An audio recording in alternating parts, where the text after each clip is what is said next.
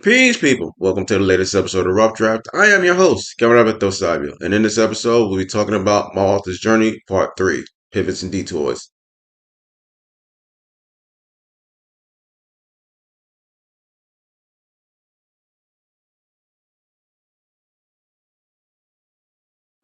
Thank you for tuning into this latest episode of Rough Draft. We are now in the month of July, and in the month of July, you have the International African Arts Festival that takes place in Brooklyn, New York, and that runs from July 4th through July 6th.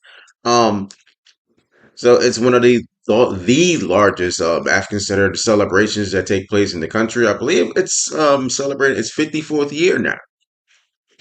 Also in the month of July, even though I do not have any publishing anniversaries, I will be participating in this year's Smashwords Summer Winter Sale.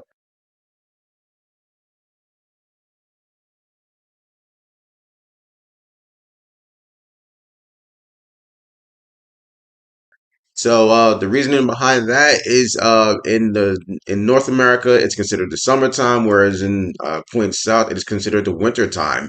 And so books will be on sale for the entire month of July, from starting from the 1st to the 31st. I will be participating in it this year. So during the summer winter sale, my own books will be included. They will be on sale for half price in the Smashwood store, and they'll be selling for 99 cents. So please hop on that and please continuing talking about my author's journey.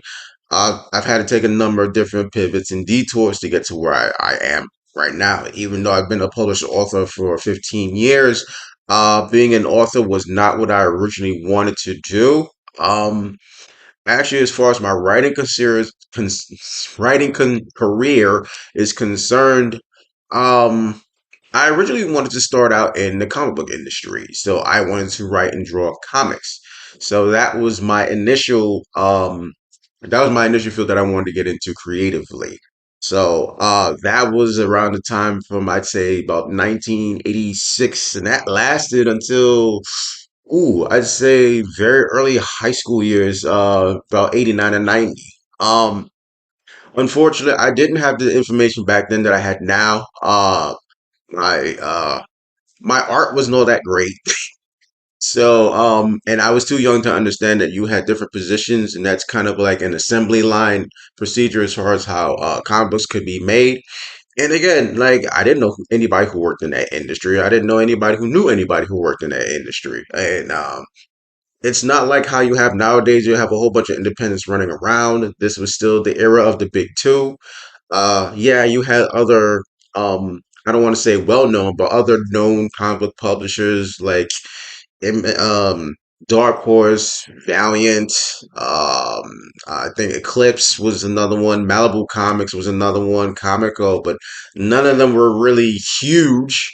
And it's not like you knew a whole lot of people who worked in any of those industries, and a lot of those people who worked for those particular publishers really wanted to go to Marvel or DC because they were the lack of information, the lack of contacts, that kind of prevents you from actually working in that field. And as far as my art was concerned, yeah, that was a little bit of an issue. Like I could draw, but I wasn't like the greatest artist. But still, at the same time, I was a kid. You see, I was in like what late elementary, junior high school when I first conceived of being in that field. So he would say I didn't know any better. And so when by the time I got into high school, it's like my art still wasn't improving. Yeah, I had great ideas, but as far as like being able to draw them out. And then again, like I said, I didn't know that the assembly line process of how comic books worked. That kind of prevented me from working in that particular field. It wasn't until later in high school when I did another pivot.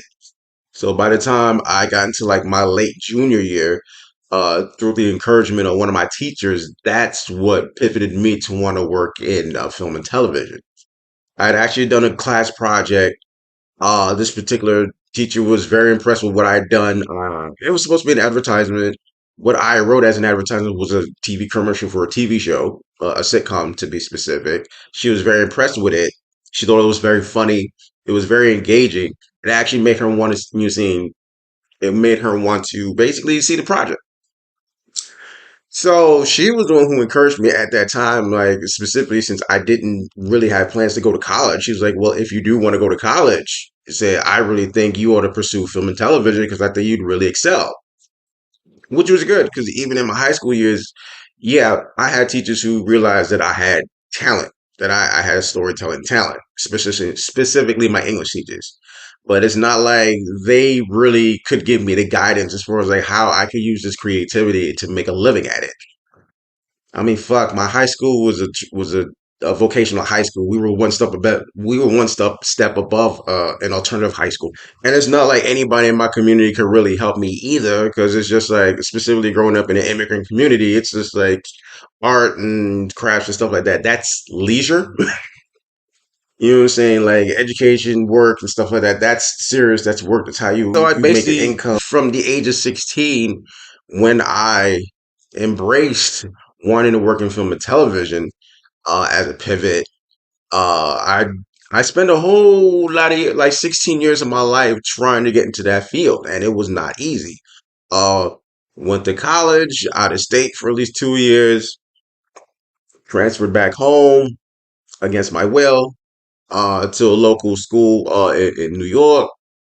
Ended up having to drop out after a semester and a half because of money issues, really transfer credit issues, and then by the time I got that resolved, drop ad was already done. So I lost my financial aid. So I ended up having to drop out of school. So and then I ended up struggling after that. Um, Stupidly went to the military. That lasted 14 months of my life. Even though my goal was always to work in media, so whether doing public relations or something like that, that just didn't happen. Thank God I got out. But then, yeah, I'm just regularly working day jobs. Still trying to pursue my goals of being in that industry. So whether trying to produce my own shows, specifically there was one music video show I want to try to produce, which unfortunately I never did end up producing, or just continuing to like write screenplays and everything like that. I was still trying to get my foot in that field. Ended up finally going back to college after 4 years of being out. So went to school out of state again for like 2.5 years, graduated. Um, Still continued to like network with people and try to get my foot in the door. You say try to get like production assistant jobs or internships or things like that. But still continuing to like write scripts all along, like different types of procedural television shows, sitcoms, you say animated series, things like that. I'm still working on my craft, still learning my craft, whether you say I'm in school or not, still trying to get my foot into the field. Um, After that, it's like I finally graduate college. I come home. It's 2001, and yeah, I'm starting to make some inroads. But then you're saying the September 11th attacks happened, and living in New York at the time, you're saying going back home. Like the media industry, it didn't collapse, but it consolidated a lot, and there were like a lot of projects and productions and whatnot that ended up leaving the city and state. So that kind of hurt a lot of my own personal momentum because I was making some inroads, but still, I still try to pursue my passion. You know what I'm saying? Still working on screenplays, feature films and whatnot. Worked on an independent film or two. Worked on some like um as a PA on some independent TV shows that were running on PBS at the time. But unfortunately, it was still a struggle. And even though I was trying to do stuff on my own or collab with other people, it was just not easy. And so I'd say '06, I was just at the point where I was just completely frustrated. I'm like, fuck this, I I'm done. Basically I left New York, that's number one. And then number two, I ended up getting involved in doing online journalism. So I would end up writing like articles and essays, and they would get posted online on different websites. So that was about maybe 2 years, year and a half, something like that, from '07 to about like middle to end of '08. So yeah, about a year and a half. And after that, it was kind of like another pivot because then that kind of doing online journalism kind of fell off to the side. But after that was shortly after, because I think the last article I wrote was like '08. So I basically spent 2009 kind of struggling. And then it's kind of like, okay, I'm kind of back where I was when I originally left New York, which is why I left New York. And then it's just kind of like, I have all this talent. I have all this creativity. I'm not able to do anything with it. And I feel like financially and spiritually speaking, I'm back at the same place I was where when I originally left the fuck out of New York.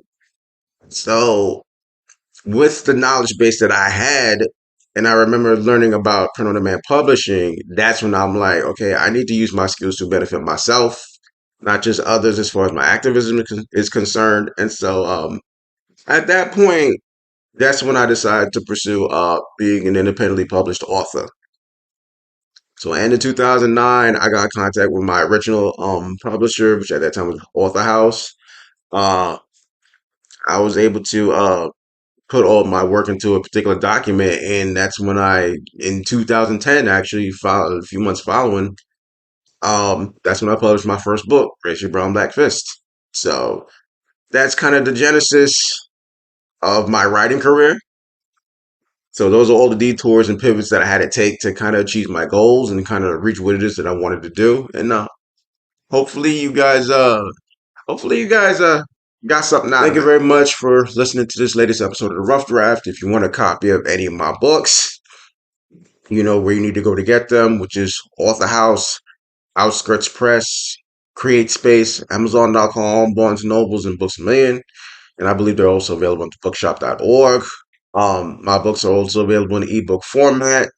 So if you want to download my books digitally, you know where you need to go, which is Kindle, Nook, Kobo, Apple Books, Ever, and Fable, Smashwords, especially since my books are on sale now, and also internationally through Viblio, Toledo, and Gardeners. My ebooks are also available for libraries. So if you like to go to the library and be able to download my books or buy my books, these are the outlets that I hope that your library has an account with, which is Overdrive, Hoopla, Baker and Taylor, Cloud Library, Palace Marketplace, Odillo, and BorrowBox internationally to the UK and Australia. If you are watching this on YouTube or Vimeo, you know what you need to do. Definitely like the video. Please leave a comment. Definitely subscribe to it. Please share it to your circle of peoples and also press the notification bell so that you know whenever I post a new video or if I say something in the community section.